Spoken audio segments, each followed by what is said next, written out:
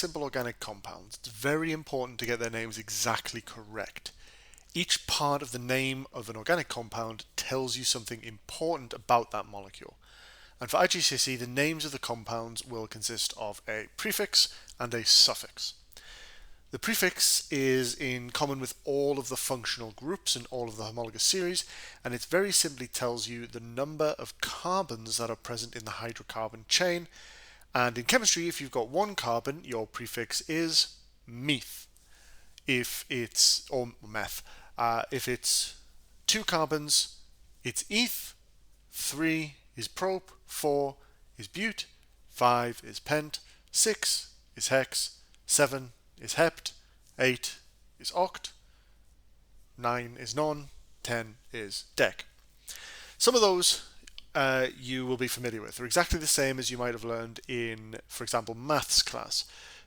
Octagons or hexagons or pentagons.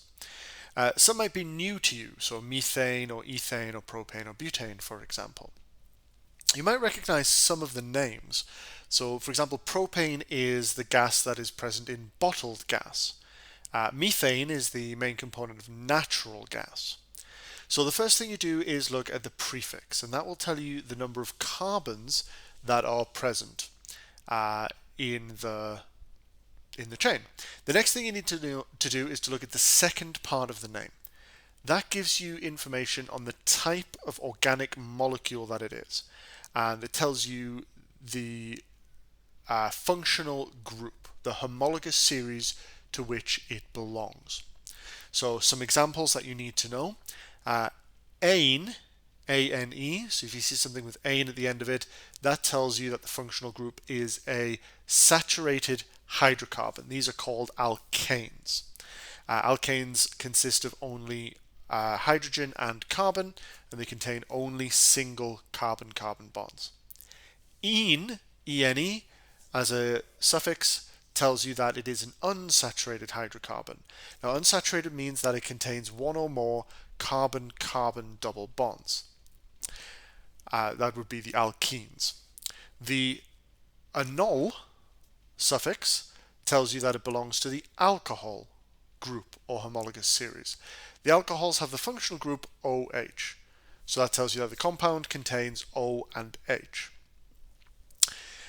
Anoic acid tells you that you're looking at the carboxylic acid family, which contains the functional group that looks like this, COOH.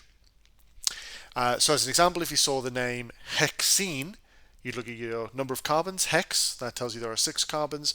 Ene tells you there's a double bond present. So that hexene tells you it is an alkene, so it contains carbon-carbon double bond and has 6 carbons in total. Don't forget, every hydrogen can make 1 total covalent bond. Every carbon can make 4 total covalent bonds. So check your bonds, make sure you've got the right number. Make sure you've got the right number of bonds for the carbons, right number of bonds for the hydrogens. Due to the nature of organic molecules, they can be sometimes arranged in several different ways. That's something called an isomer. So there are other parts of the name that you can put in as well. So for example, if you have butene, then that is going to have meth, eth, pro, bute. It's going to have 4 carbons. Ene tells us that it's going to have a double bond in there somewhere, but where is that double bond going to go? Well, it can go here between carbon number 1 and number 2, or it can go here between carbon number 2 and number 3. You might think it could also go here between carbon 3 and 4, but that's the same as going between carbon 1 and 2, because you can just rotate that, put it the other way around. So we have to put something else in the name to tell us the isomer. So in this case, if it is the first one, where it is between carbon 1 and 2, that is called but1-ene. Why is it called but1-ene? The 1 tells us the carbon that the functional group is located on. So the functional group in this case is the double bond, and it is located on the carbon number 1 as you count in. The second one that we looked at before is but2-ene, because it is the functional group is on the second covalent bond, second carbon in the double covalent bond. All right, so that is isomers. So that is how you name simple covalent molecules. There's quite a bit more of organic chemistry, so come back next time. Thanks for watching.